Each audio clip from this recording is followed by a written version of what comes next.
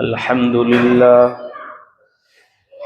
لله نحمده ونستعينه ونستغفره ونؤمن به ونتوكل عليه ونعوذ بالله من شرور أنفسنا ومن سيئات أعمالنا من يهده الله فلا مضل له ومن يضلله فلا هادي له ونشهد أن لا إله إلا الله وحده لا شريك له ونشهد أن سيدنا وسندنا حبيبنا مولانا محمدا عبده ورسوله أما بعد أعوذ بالله من الشيطان الرجيم بسم الله الرحمن الرحيم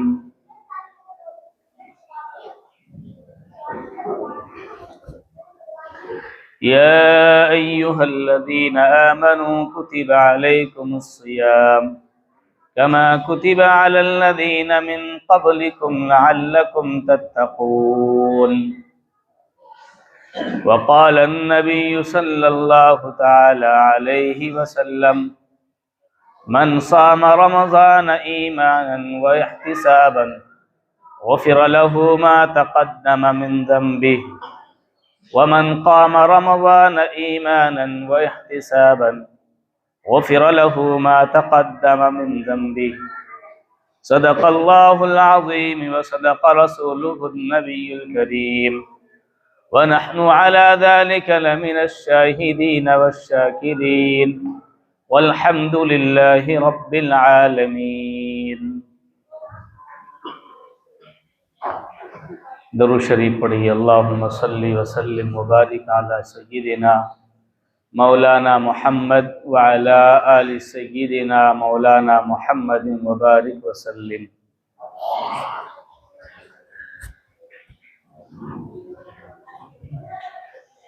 عزیز بھائیو، بزرگو، رمضان المبارک کا یہ مقدس اور باعظمت مہینہ چل رہا ہے۔ جس قدر ہم سے ہو سکتا ہے اللہ کو راضی کرنے، اللہ کو منانے کی کوشش میں لگے ہوئے ہیں۔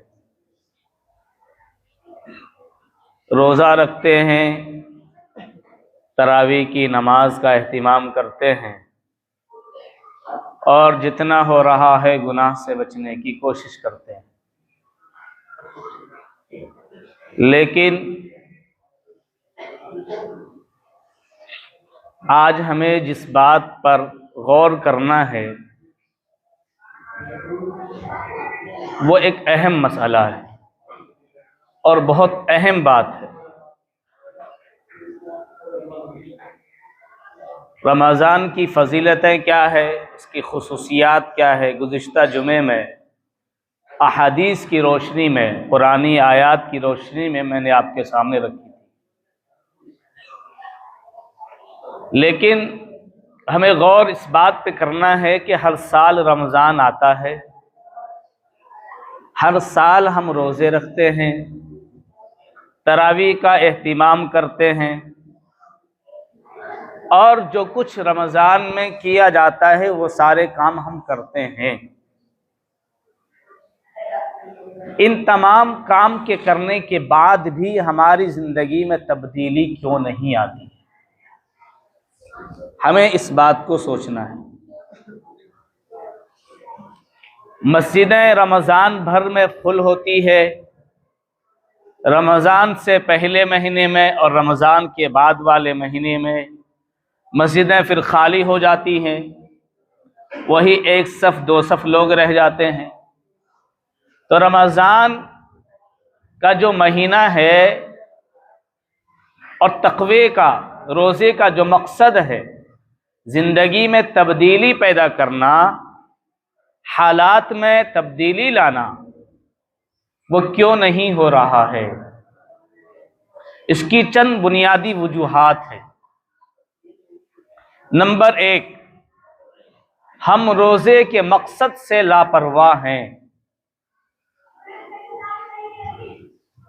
روزے کا مقصد ہے سورۃ البقرہ کی آیت نمبر 183 میں اللہ نے فرمایا یا ایھا الذین آمنوا کتب علیکم الصیام کما کتب علی الذین من قبلکم لعلکم تتقون، کہ اے ایمان والو روزہ جو تم پر فرض کیا گیا ہے، لعلکم تتقون، تاکہ تم متقی اور پرہیزگار بن جاؤ۔ اللہ فرماتا ہے تاکہ تمہارے اندر تقوی پیدا ہو جائے۔ تقوی اللہ کے احکام اور مرضیات خداوندی پر چلنے کا نام ہے۔ تقوی نفسانی خواہشات سے رکنے کا نام ہے، اللہ کے احکام کو اپنی زندگی پر لانے کا نام ہے۔ لیکن تقوی کے اس مقصد کے باوجود روزے کا اصل مقصد ہے تقوی کا پیدا کرنا، اور ہم روزہ رکھ رہے ہیں لیکن یہ والی صفت ہمارے اندر پیدا نہیں ہو رہی ہے۔ ہم تراویح پڑھ رہے ہیں، بھوکا اور پیاسا رہ کر ہم دن گزارتے ہیں، لیکن یہ مقصد اللہ کے احکام کا زندگی میں آ جانا، مرضیات خداوندی پر عمل کرنا اور نفسانی خواہشات سے رکنا، اس مقصد کو ہم حاصل نہیں کر پا رہے ہیں۔ یہی وجہ ہے کہ رمضان سے پہلے بھی مہینہ مسجدیں خالی ہے اور رمضان کے بعد بھی مسجدیں خالی ہو جاتی ہیں۔ اللہ کے نبی صلی اللہ تعالی علیہ وسلم نے فرمایا من صام رمضان ایمانا و احتسابا غفر له ما تقدم من ذنبه، کہ جو شخص ایمان اور اجر آخرت کے اعتبار سے کی نیت سے روزے کا اہتمام کرتا ہے، اللہ رب العزت والجلال اس کے پچھلے تمام گناہوں کو معاف کر دیتا ہے۔ اللہ کے نبی نے اسی حدیث کا اگلا جملہ بیان فرمایا کہ جو شخص رات کی تراویح کا اہتمام کرتا ہے اجر آخرت کی نیت کر کے، ثواب کی امید سے، تو اللہ تعالیٰ اس کے پچھلے گناہوں کو معاف کر دیتا ہے۔ تو پہلی وجہ جو ہم روزے کے مقصد کو نہیں پا رہے ہیں وہ یہ ہے کہ ہم روزے کے مقصد سے لاپرواہ ہیں۔ ہمیں معلوم نہیں ہے کہ روزے کا مقصد کیا ہے۔ روزے کا مقصد تقوی پیدا کرنا ہے، روزے کا مقصد مرضیات الہی پر چلنا ہے، روزے کا مقصد نفسانی خواہشات سے بچنا ہے، روزے کا مقصد نفسانی خواہشات سے رکنا ہے، اپنے آپ کو گناہوں سے پاک کرنا ہے۔ یہ ہے روزے کا مقصد۔ ہمیں ہر وقت روزے کے مقصد کو ذہن پہ رکھنا ہے۔ اسی طریقے سے ہم رمضان المبارک کے اس مہینے میں بھی ہم گناہ سے لاپرواہ رہتے ہیں۔ اللہ کے نبی صلی اللہ علیہ وسلم نے فرمایا کہ بہت سے لوگ بھوکا اور پیاسا رہتے ہیں لیکن اللہ کو اس کے بھوکے اور پیاسے رہنے سے کوئی دلچسپی نہیں ہے۔ کیوں؟ اس لیے کہ روزے کی حالت میں جن گناہوں سے بچنا چاہیے وہ ان سے بچتے نہیں ہیں۔ اللہ کے نبی نے ایک حدیث میں صاف ارشاد فرمایا کہ جو شخص روزہ رکھتا ہے اور روزہ رکھ کر بھی جھوٹ بات کہنا نہیں چھوڑتا، اللہ تعالیٰ کو اس کے بھوکا اور پیاسا رہنے میں کوئی لگاؤ نہیں۔ تو معلوم یہ ہوا کہ ہمیں روزہ رکھنے کے بعد صرف بھوکا اور پیاسا رہنا ہی روزہ نہیں ہے، یہ روزے کے روح ہے۔ بھوکا اور پیاسا رہنے کے ساتھ ساتھ ہمیں تمام گناہوں سے بچنا پڑے گا، تب ہم روزے کے مقصد کو حاصل کر پائیں گے۔ روزہ رکھنے کے ساتھ ساتھ ہمیں تمام اللہ کے احکام کو توڑنے والی جتنی چیزیں ہیں ان تمام چیزوں سے بچنا پڑے گا۔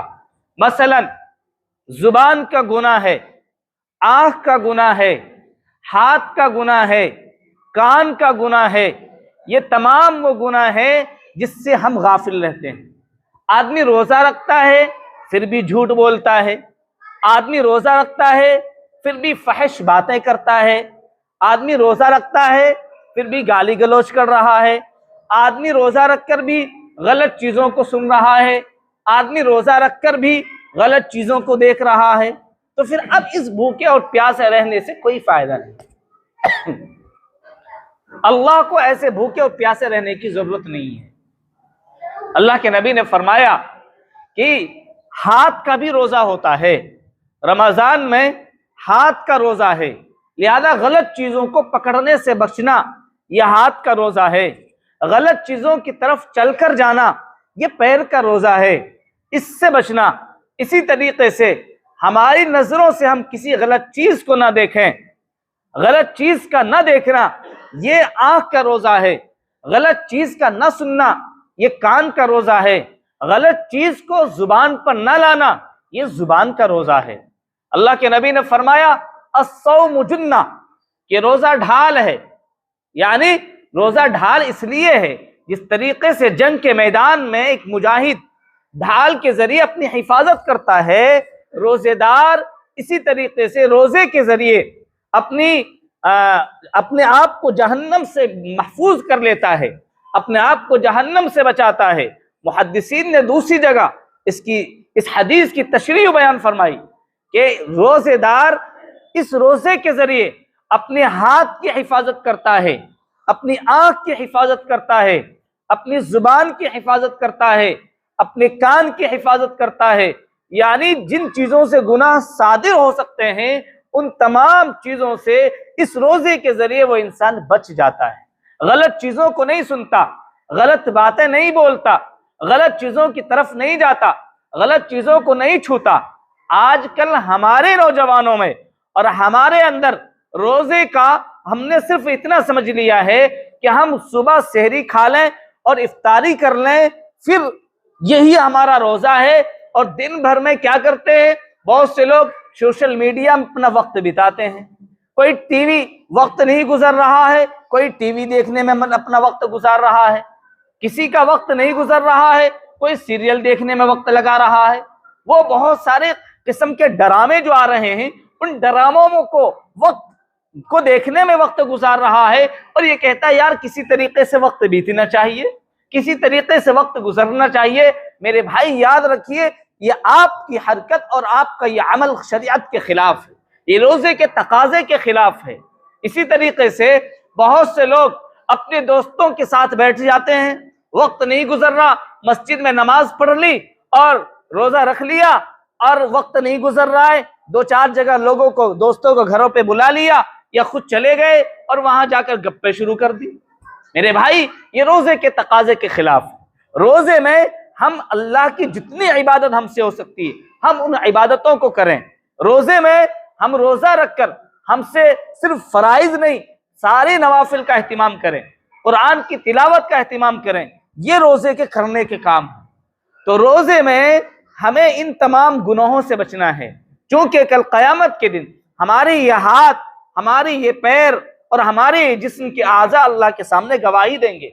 سورۃ النور میں اللہ نے فرمایا آیت نمبر 83 میں اور 124 میں یوم تشہد علیہم السنتہم وایدیہم وارجلہم بما کانوا یعملون، کہ جس دن ان کے ہاتھ ان کے پیر اللہ کے سامنے گواہی دیں گے، بما کانوا یعملون، جو حرکتیں یہ کیا کرتے تھے، جو کام یہ کیا کرتے تھے، ہماری ان حرکتوں کا اور ہمارے ان کاموں کا یہ ہمارے جسم کی اعضاء اللہ کے سامنے گواہی دیں گے، ہمیں اس سے بچنا پڑے گا۔ اسی طریقے سے روز رمضان کے مہینے میں جہاں بہت ساری غلط فہمیاں ہیں، ان غلط فہمیوں میں سے، ان غلط باتوں میں سے ہم نے یہ چلا رکھا ہے کہ روزہ افطار کراتے ہیں۔ روزہ افطار کرانا اللہ کے نبی صلی اللہ علیہ وسلم نے فرمایا بہت زیادہ ثواب کا کام ہے۔ جو آدمی کسی روزے دار کو افطار کراتا ہے، روزے دار کو افطار کراتا ہے، اس کو اتنا ہی اجر ملتا ہے جتنا کہ اس افطار کرنے والے کو ملتا ہے۔ اور افطار کرانے میں ضروری نہیں ہے کہ اس کے پاس ہم پھل فروٹ بھیجیں، اگر کسی کے پاس استطاعت نہیں ہے، کوئی کسی روزے دار کو پانی پلا کر افطار کرا دے، وہ بھی باعث ثواب ہے۔ ایک گلاس لسی پلا دے وہ باعث ثواب ہے، ایک دو کھجور دے دے اس کے ذریعے افطار کرا دے وہ بھی باعث ثواب ہے۔ اللہ کے نبی نے بے شمار فضیلتیں بیان فرمائی ہیں، لیکن ہم نے ان احادیث کو اور شریعت کے ان احکام کو ہم غلط طریقے پر لے گئے۔ افطار کرانے کا جو شریعت نے حکم دیا ہے وہ کسی روزے دار کو دیا ہے، اسی طریقے سے اس میں اول نمبر کا جو حقدار ہے وہ غریب ہیں، یتیم ہیں، مسکین ہیں، وہ بیوائیں ہیں، اور وہ لوگ ہیں محلے اور سماج کے جو مجبوری میں، جو اپنی معاشی اور فائنینشلی کمزوری کی وجہ سے وہ اپنے گھر کا انتظام نہیں کر پاتے، اس کی وجہ سے وہ روزہ نہیں رکھ پاتے۔ شریعت نے حکم دیا کہ آپ ان چیزوں کے ذریعے ان لوگوں کا تعاون کیجئے، ان کا مدد کیجئے تاکہ وہ بھی روزہ رکھ سکیں، وہ بھی روزے کا اہتمام کر سکیں۔ ہمارے ہاں کیا چل گیا، یہ صرف یہاں آپ کے محلے کی بات نہیں کہہ رہا، میں بات آن ریکارڈ کہتا ہوں، پورے ہندوستان کے لیے کہتا ہوں، تمام لوگوں کے لیے کہتا ہوں جو مجھے سنتے ہیں کسی بھی سوشل میڈیا پر، میں ہر لوگوں کے لیے یہ بات کہتا ہوں کہ روزہ افطار کرانا صرف غریبوں، یتیموں اور مسکینوں کا اول نمبر کا حق ہے، لیکن ہم نے ٹرینڈ کیا چلایا کہ روزہ افطار مسجد میں بھیج دو، روزہ افطار ڈھیر لگ جائے، روزہ افطار کا مسجد میں کون کھائے گا؟ وہ چھوٹے چھوٹے بچے آتے ہیں، وہ 10-12 بچے وہ روزہ افطار کریں گے، ان کا روزہ ہوتا نہیں ہے، ٹھیک ہے ان کا کھانا بھی باعث ثواب ہے، لیکن ضائع کتنا ہوتا ہے اس کی کوئی حد نہیں ہے۔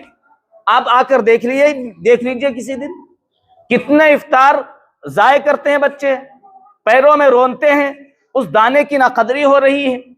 روزہ افطار کرانا روزے داروں کو ہے، آپ اپنے محلے کے غریبوں کو تو تلاش کرتے نہیں، اپنی جان چھڑاتے ہیں ہم، جان چھڑانے کے لیے کہ بھئی ثواب تو مل ہی جائے گا، چلو مسجد میں بھیج دو، اور ہر آدمی یہ سوچ کے بھیجتا ہے امام صاحب کھائے گا۔ ابے امام کتنے کھائے گا بھائی؟ امام کے پیٹ ہے یا کھیت ہے؟ جو بھی افطار لے کر آیا ہے وہ جو وہاں بیٹھے ان سے کہتے ہیں یہ امی نے ابو نے امام صاحب کے لیے بھیجا ہے، چاہے 10 پلیٹ ہو، بھائی امام صاحب کا تمہاری طرح ایک ہی تو پیٹ ہے۔ تو روزہ افطار کرانا غریبوں کو لیے ہے۔ ان محلے میں بہت سے بیوہ عورتیں ہیں، محلے میں بہت سے غریب ہیں جو اپنے گھر کا انتظام نہیں کر پاتے، 3-4 کو تو میں خود جانتا ہوں۔ جب میرا کھانا بچ جاتا ہے میں ان غریبوں کو بھجواتا ہوں، جو میں نہیں کھا پاتا میں ان غریبوں کو بھجواتا ہوں، مجھے بھی ثواب ملتا ہے اور جس کے ہاں کھانا آتا ہے اس کو بھی ثواب ملتا ہے اس غریب اور یتیم کے کھانے کا۔ تو 3-4 تو ایسے میں جن کو میں خود جانتا ہوں جو بیوہ عورتیں ہیں، جن کو ضرورت ہے، جن کے گھر میں ان کا شوہر نہیں ہے، بڑا بچہ نہیں کمانے کے لیے، تو آپ اپنے محلے کی ایسے عورتوں کو، ایسے لوگوں کو تلاش کیجئے، ان کے ہاں افطار کرائیے۔ اور اگر آپ کا محلہ پاک صاف ہے، غریبوں سے، یتیموں سے، مسکینوں سے، سبھی مالدار ہیں اور سبھی صاحب حیثیت ہیں، تو شریعت نے حکم دیا اپنے رشتہ داروں کو افطار کراؤ۔ کس کو؟ رشتہ داروں کے ہاں بھیجو، آپ اس کے ہاں بھیج دو، وہ کھائیں گے آپ کو ثواب ملے گا، اس کے ہاں سے آپ کے ہاں آ جائے گا، آپ کھا لو، آپ کو اس کو ثواب مل جائے گا۔ تو رشتہ داروں کو بھیجو، اپنے محلے پڑوسی کو بھیجو۔ اب نہ جانے آپ کا پڑوسی کس حال میں ہے، ایک پڑوسی دوسرے پڑوسی کو اپنی کمزوری نہیں ظاہر کرنا چاہتا، وہ نہیں چاہتا کہ میری پڑوسی کو میری کمزوری کا احساس ہو جائے اور اسے پتہ چلے تو مجھے یہ حقیر سمجھے، نہیں، وہ نہیں چاہتا کوئی بھی۔ لیکن آپ اپنے طور پر، اللہ کے نبی کی حدیثیں ہیں کہ جب تم گوشت پکاؤ تو شوربے میں پانی بڑھاؤ، کیوں؟ تاکہ اس گوشت کا کچھ، شوربے کا کچھ حصہ اپنے پڑوسی کو دے سکو۔ گوشت جب گھر میں پکے گا اس کی خوشبوئیں باہر جائیں گی، ہو سکتا ہے اس غریب کی جو آپ کے پڑوسی ہے اس کی حیثیت نہ ہو گوشت پکانے کی، اس کے بچے چھوٹے ہوں، اس کے بھی دل میں خواہش پیدا ہو رہی ہو کاش میرے گھر میں بھی گوشت بنتا، لیکن حیثیت نہیں ہے، اتنا پیسہ نہیں ہے، لہذا آپ اپنے حصے میں سے کچھ شوربہ، 1-8 بوٹی اس کے ہاں بھیج دو تاکہ اس کے بچے کا بھی دل بہلے۔ اس لیے شریعت نے حکم دیا ہے کہ کھانے کی جو چیزیں وہ پردے کی ہیں، آپ پردے کے ساتھ کھائیے۔ اگر آپ کو معلوم ہے میرا پڑوسی غریب ہے تو آپ کوئی ایسی چیز نہ لائیے دکھاتے ہوئے جس سے ان کو احساس ہو کہ کاش میرے پاس بھی ہوتا، آپ اس کو چھپا کر لاؤ اور اپنے گھر میں چپ چاپ کھاؤ اگر حیثیت نہیں ہے دینے کی، ورنہ چاہیے کہ پڑوسی کو پہنچائے۔ تو روزہ افطار کرانے میں ہمیں اس کا خیال کرنا چاہیے۔ یہ جو ہم نے ڈھنڈورا پیٹ رکھا نا پوری دنیا میں، پورے تمام لوگوں نے کہ بھئی مسجد میں بھیج دو، مسجد میں ڈھیر لگا دیتے ہیں، روزے افطار کو برباد کرتے ہیں، میرے بھائی یہ طریقہ غلط ہے، یہ طریقہ شریعت کے خلاف ہے، یہ شریعت کا مقصد یہ نہیں ہے۔ اس سے پتہ نہیں آپ کو ثواب بھی مل رہا ہے یا نہیں مل رہا ہے، مجھے تو نہیں لگتا، کیونکہ بھائی جو روزے افطار کرانے کا جو مقصد ہے وہ حاصل نہیں ہو رہا ہے۔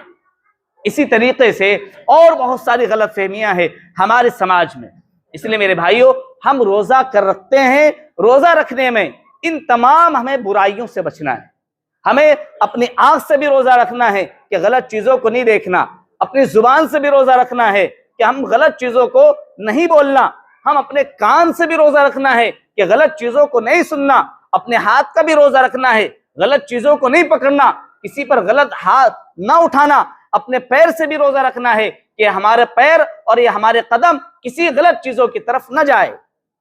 اسی طریقے سے رمضان المبارک کے مہینے میں بہت سے لوگ خریداری کرنے میں لگے پڑے ہیں، طرح طرح کے آئٹم لائیں گے اور اپنے گھر کی عورتوں کو لا کر سونپ دیں گے، پکوڑی بناؤ، کچری بناؤ، یہ بناؤ، یہ بناؤ، یہ بناؤ، یہ بناؤ۔ وہ بیچاری ظہر کے بعد بیٹھتی ہے اور افطار کا ٹائم ہو جاتا ہے اس کے پکاتے پکاتے ہی، پورے دن گھر کی عورتوں کو بیزی کر دیا۔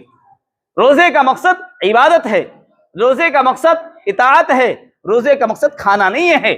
ہم نے کیا بنا لیا کہ افطار کا جو وقت ہوتا ہے نا، افطار میں اتنا کھاتے ہیں کہ وہ جو دن بھر کی جو کمی ہو جاتی ہے نا، اس کی انسان کی خواہش ہوتی ہے اب بھی پوری کر لو، اسے تلافی مافات جو چھوٹ گیا اس کو ابھی پوری کر لو۔ اور سحری میں کیا کرتے ہیں؟ حفظ ما تقدم، یار اتنا کھاؤ اتنا کھاؤ اتنا کھاؤ کہ پورے دن بھوک نہ لگے، پورے دن پیاس نہ لگے، اتنا کھا لو۔ تو یہ روزے کا جو مقصد ہے نا، روزہ نفس کو بھوکا رکھنا ہے، تبھی نفسانی خواہشات سے بچو گے۔ گناہ کا جو داعیہ ہے نا وہ تبھی ختم ہوگا جب نفس بھوکا رہے گا۔ ہم تو بھوکا رکھ ہی نہیں رہے، افطاری میں ٹھوک رہے ہیں دبا کے اور سحری میں بھی ٹھوک رہے ہیں، تو پھر روزے کا مقصد کہاں رہا؟ افطاری بھی معمولی ہونی چاہیے اور سحری بھی معمولی ہونے چاہیے۔ ہمارے اکابرین کا اگر طرز اٹھائیں گے، اکابرین کا معمول یہ تھا کہ کوئی آدھی روٹی، کوئی ایک روٹی، صرف اس پر اکتفا کرتے تھے، اور چھوڑو اکابرین کو، نبی علیہ السلام کی طرف آؤ۔ ہمارے نبی کا معمول کیا تھا؟ ہمارے نبی صلی اللہ علیہ وسلم گوشت کے شوربے میں روٹی کے ٹکڑے کو بھگو کر 1 یا 1.5 روٹی تناول فرمایا کرتے تھے سحری میں، جسے ہم سرید کہتے ہیں عربی زبان میں۔ گوشت کے شوربے میں روٹی کے ٹکڑے کو چور کر پھر چمچ سے جو کھایا جاتا ہے اس کا ذائقہ بہت مزیدار ہوتا ہے۔ وہ نبی علیہ السلام میں سحری کا معمول تھا، آپ اس کو سحری میں تناول فرمایا کرتے تھے۔ تو ہمارے نبی صلی اللہ علیہ وسلم اور اکابرین کا جو طرز عمل ہے، سحری میں بھی کم کھانا اور افطاری میں بھی کم کھانا اور اپنے زیادہ اوقات کو عبادت میں لگانا۔ اسی طریقے سے گھر کی عورتوں کے اوپر سے کام کو ہلکا کرنا، انہیں کام میں بیزی نہیں رکھنا کہ بس انہیں پورے دن پکانے میں لگا دیا، بلکہ ان کے کام کو ہلکا کرو، معمولی چیز پکواؤ تاکہ وہ بھی عبادت کر سکیں، تاکہ وہ بھی اللہ کی طرف رجوع ہو سکیں۔ وہ پورے دن پکانے میں لگ جائیں گی تو کب قرآن کی تلاوت کریں گی، وہ کب وہ اللہ کی عبادت کریں گی؟ وہ بھی آپ جیسے انسان ہے، آپ روزہ رکھ کر تھک گئے، وہ تو بیچاری روزہ بھی رکھ رہی ہے اور کام بھی کر رہی ہے، اور نہ جانے کتنی مشقتیں برداشت کرتی ہے، الگ الگ پریشانیاں عورتوں کے ساتھ۔ تو اپنے گھر کی، اگر کوئی کسی کارخانے کا مالک ہے، کسی فیکٹری کا مالک ہے، تو اس کے لیے اپنے جو ملازم ہے نا، جو نوکر، اس کے اوپر سے کام کو ہلکا کر دو۔ اگر رمضان سے پہلے آپ خوب کام لے رہے تھے، 12 بجے تک کام لے رہے تھے، اب کم کر دو، ٹائم کم کر دو، تاکہ ان کو بھی آرام ملے، ان کو بھی قرآن کی تلاوت کا وقت ملے، ان کو اطاعت کا وقت ملے۔ اور ہاں، قرآن پڑھو، قرآن کو ترجمے کے ساتھ پڑھو، پڑھنے کی کوشش کرو۔ نہ پڑھنے سے بہتر ہے کہ قرآن کو ترجمے کے ساتھ پڑھو، ہندی میں ہے، انگلش میں ہے، اور اگر کہیں سمجھ میں نہ آئے، کہیں پریشانی آئے، اپنے عالم سے رہنمائی لو، رابطہ کرو کہ قرآن کی اس آیت کا ترجمہ کیا ہے، اس کا میننگ کیا ہے، قرآن کی اس آیت سے اللہ کیا بتانا چاہتا ہے۔ دنیا کے جتنے مذاہب ہیں، ہر مذہب والے اپنے مذہب کی جو مذہبی کتابیں ہیں ان کو پڑھتے ہیں، ان کے ترجمے کو سیکھتے ہیں۔ مسلمانوں، جیسے قرآن کی تلاوت فرض ہے نا، ایسے ہی قرآن کا سمجھنا بھی فرض ہے۔ آج ہم سمجھ لیا، ہم نے ناظرہ قرآن پڑھ لیا، یہ کافی نہیں۔ یہ ہماری سب سے بڑی غلطی ہے مسلمانوں کی سب سے بڑی غلطی ہے کہ ہم نے قرآن ناظرہ دیکھ کر پڑھنا سیکھ لیا، تلاوت کرنا سیکھ لیا، تو ہم سمجھ گئے کہ ہم قرآن ہم نے پڑھنا سیکھ لیا، ہم سے فرض ادا ہو گیا. نہیں، قرآن کو سمجھنا بھی ضروری ہے. جو حدیث میں ہے نا حافظ کا مقام، کہ 10 حافظوں کو جہنمیوں کو سفارش دلائے گا، اور اللہ تعالیٰ ان سے فرمائیں گے کہ تم چڑھتے جاؤ جہاں آخری آیت پر ہوگی، وہاں پر تمہارا آخری مقام ہوگا. وہ خاص طور سے ان حفاظ کے لیے جو قرآن کے ترجمے کو پڑھ کر اس پر عمل کرتا ہے، ترجمے پر عمل کرتا ہے، اور حافظ بن گیا، طوطے کی طرح حروف کو رٹ لیا، وہ پتہ ہی نہیں قرآن کا ترجمہ کیا، میننگ کیا ہے. اور جب میننگ کا پتہ نہیں تو تقاضے پر عمل کیسے کرے گا؟ تو یہ بھی ضروری ہے ہر شخص قرآن کی تلاوت کرے، اس کو پڑھے. اور ایک آخری بات کہہ کر بات ختم کر رہا ہوں کہ ہم نے اور آپ نے اپنے بچوں کی مستقبل کو خراب ہم شروع سے کرتے ہیں، وہ اس طریقے سے کہ ہم اس میں ہماری بھی غلطی ہے، ہمارے گھر کی عورتوں کی بھی غلطی ہے. ہم اپنے بچوں کو رمضان کی فضیلت کو صرف رمضان جب آتا ہے نا تو بتاتے ہیں، اچھی بات ہے، لیکن ہمارے بچے جس طریقے سے ہم رمضانی مسلمان ہیں نا، تو ہمارے بچے بھی رمضانی مسلمان بن رہے ہیں ابھی سے ہی. یہی بچے جو آج آتے ہیں نا مسجد میں بھیڑ لگاتے ہیں، اور یہی بچے جو نمازوں کے لیے، میں منع نہیں کر رہا کہ مت لاؤ مسجد میں، لیکن ان کو سلیقہ بتاؤ، ان کو طریقہ بتاؤ کہ بیٹا مسجد میں جا رہے ہو، مسجد اللہ کا گھر ہے، مسجد میں شور نہیں کرنا چاہیے. تراویح پڑھانا مشکل ہو جاتا ہے بھائی، نماز پتہ نہیں میں کیسے پڑھاتا ہوں، اللہ کو معلوم ہے.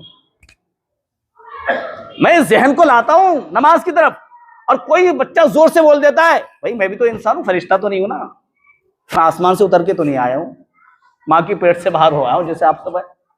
میں نماز میں ذہن بٹانے کی کوشش کرتا ہوں، کوئی زور سے بول پڑتا اچانک فون دماغی ہو جاتا ہے، کیا ہو گیا. تو اپنے بچوں کو سمجھاؤ، انہیں بتاؤ بیٹا مسجد اللہ کا گھر ہے، مسجد میں شور مت کرو، مسجد میں سکون کے ساتھ رہو، نمازیں پڑھو. دوستو باہر کے مساجدوں میں بچے جاتے ہیں لیکن شور نہیں کرتے ہیں، بچے کھیلتے بھی ہیں لیکن چپ چاپ کھیلتے ہیں. آپ نے بہت ساری ویڈیوز دیکھی ہوگی. اللہ کے نبی صلی اللہ علیہ وسلم جب نماز پڑھتے تھے تو آپ کے جو نواسے آپ کے ادھر سے ادھر کرتے تھے، لیکن چپ چاپ، شور نہیں. تو مسجد میں بچوں کا لانا منع نہیں ہے، مسجد میں بچوں کو لائیے، کیونکہ یہی بچے بڑے ہوں گے. اگر آج ان کو روک دیں گے تو یہ بڑے ہو کر بھی یہ رک جائیں گے، پھر ان کا مزاج نہیں بنے گا. لیکن شکوہ اس بات کا ہے کہ میرے بھائیوں اپنے بچوں کو ہمیشہ کے لیے معمول بناؤ، صرف رمضان کے لیے نہیں. رمضان میں امی نے بتا دیا بیٹا رمضان کا مہینہ چل رہا ہے، جاؤ مسجد میں جاؤ. شب برات آ گئی، بیٹا شب برات آ گئی، جاؤ مسجد میں جاؤ. اب پورے سال بچے بھی غائب ہیں اور آپ بھی غائب ہیں. یہ نہیں، یہ طرز عمل غلط ہے. ہم اپنے بچوں کو ابھی سے تربیت، ان کی ٹریننگ کریں کہ بچہ مسجد میں جانے والا بنے. مسجد میں جب پورے سال ابھی لوگ بھی زیادہ آتے، بچے بھی زیادہ آتے، اگر میں بھی سمجھانا چاہوں نہیں سمجھا سکتا. رمضان کے بعد اگر بچے آئیں گے تو کبھی مجھے توفیق ملے گی، میں بھی بیٹھ کے لے کے بیٹھوں گا بچوں کو، انہیں سمجھاؤں گا بچوں کو کہ بیٹا یہ مسجد اللہ کا گھر ہے، تمہیں ایسے ایسے کرنا چاہیے. تو یہی بچے آگے جا کر جب بڑے ہوں گے نا تو یہ صرف رمضانی مسلمان نہیں رہیں گے بلکہ پکے مسلمان بنیں گے، 5 وقت نماز کے پابند بنیں گے. اور اگر ہم نے ابھی سے ڈھیل دے دیا کہ بیٹا رمضان جاؤ، اور رمضان کے بعد بچے کی چھٹی، جیسے باپ کی چھٹی ویسے بیٹے کی چھٹی، تو پھر بیٹا بھی وہی ہوگا جو باپ ہو کر گزر رہا ہے. یہ وہ حقیقی باتیں ہیں جو میں کہہ رہا ہوں. میری باتیں بس اوقات انسان کو غلط بھی لگ جاتی ہے، لیکن ماننا نہیں چاہیے، کیونکہ جب ڈاکٹر دوائی دیتا ہے نا تو دوائی میں کرواہٹ ہوتی ہے، لیکن کیا ہے مریض اس کرواہٹ کو برداشت کر کے پیتا ہے. اس لیے آپ میری باتوں کو پیجئے برداشت کر کے کرواہٹ کو، تبھی زندگی میں تبدیلیاں آئیں گی. تو میرے ان تمام باتوں کا خلاصہ یہ ہے کہ رمضان کے جو تقاضے ہیں ہمیں ان تقاضوں پر عمل کرنا ہے، اور روزے کا جو مقصد ہے نا وہ مقصد تبھی حاصل ہوگا تب ہم ان تمام چیزوں سے بچیں گے، اپنے روزے کو صاف بنائیں گے، پاک بنائیں گے، اور اپنے روزے میں تمام تر گناہوں سے بچیں گے انشاءاللہ. اللہ رب العزت والجلال ہمیں عمل کی توفیق عطا فرمائے.